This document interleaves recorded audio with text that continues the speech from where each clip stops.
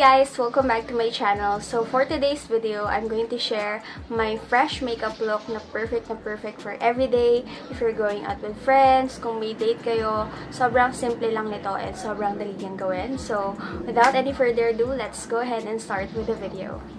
Meron na akong primer guys, and ang ginamit ko is yung NYX Angel Veil. Then meron na rin akong sunscreen, nakapaglagay na ako and moisturizer. Tapos gagamit lang ako nitong Badescu na facial spray para lang mas hydrated yung skin. So shake ko lang siya. Spray.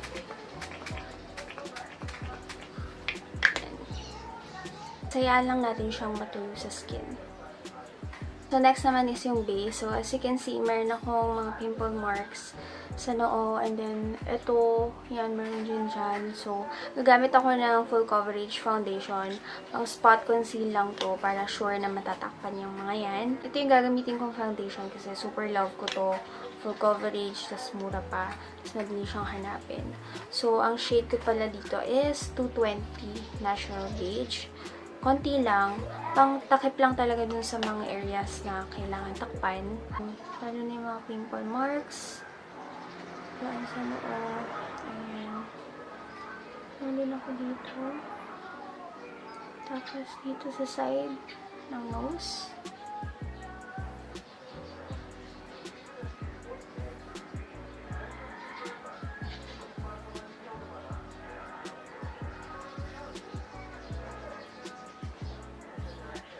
After ko mag-spot conceal, magpa-proceed na ako para takpan yung eye bag. So, gagamitin ko yung Colourpop No Filter Concealer. And this is in the shade Medium 28. Super favorite ko to kasi sobrang dali niyang i-blend. Sobrang ganda ng coverage, ang ganda ng formula. So, ayan, nalagay ko lang siya dyan.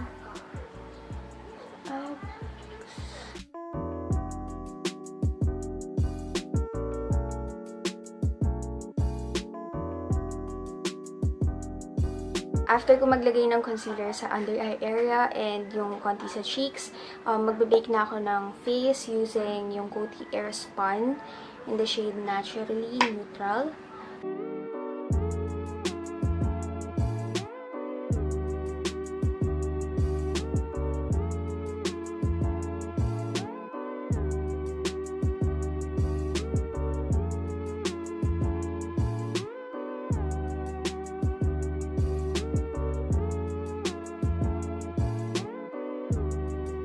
Hayaan lang muna natin yung powder dyan. Tapos, gagawin ko na yung eyebrows ko. And I'm going to use my favorite Colourpop Precision Brow Pencil in the shade Black and Brown. So, fast forward ko na lang itong part na to para mabilis tayo matapos.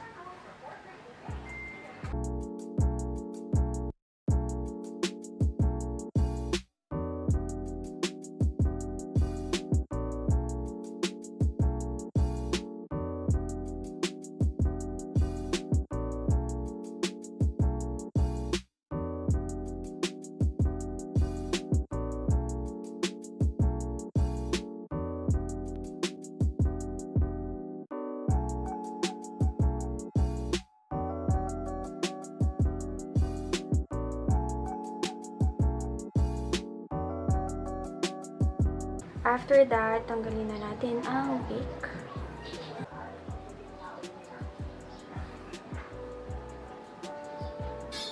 So, next step, mag-proceed na ako sa blush. And I'm going to use the MAC Sheertone blush in the shade Peaches. I'm going to bronze my face using my Colourpop bronzer in the shade Afternoon Delight.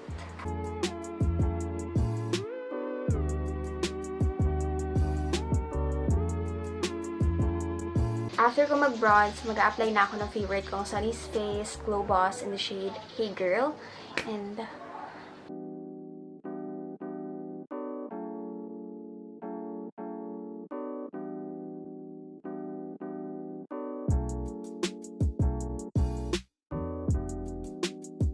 then maglagay lang tayo ng konting something sa eyes. So, I'm going to use my Fluffmatte lipstick in Nudist para ilagay siya as eyeshadow.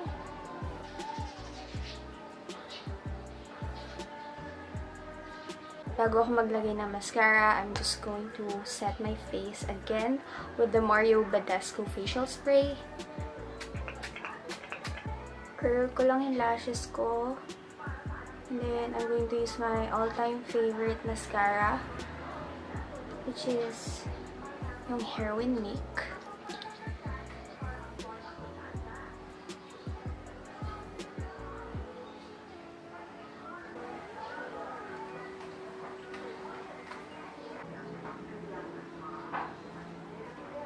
Favorite part ng look and yung nagpapa-fresh talaga is yung white eyeliner. Sobrang nakakabuhay ito ng eyes, as in, favorite na favorite ko maglagay ng nude eyeliner. Nakakaganda siya talaga.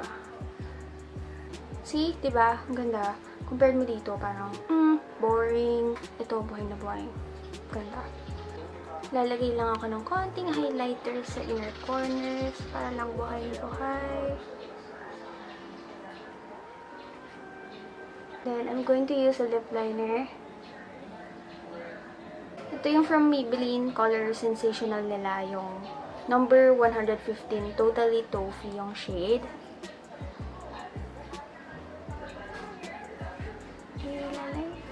Sobrang favorite ko to ngayon. Ito yung Loreal Paris na Rouge lipstick. Sobrang ganda. Para siyang lip tint. Sobrang lightweight niya, as in parang tubig lang yung nilalagay mo sa lips. Pero liquid lipstick siya. Ang ganda ng formula nito.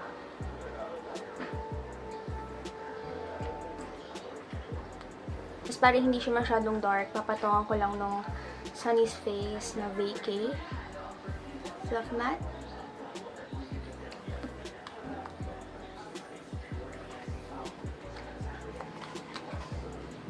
And this is the final look, guys.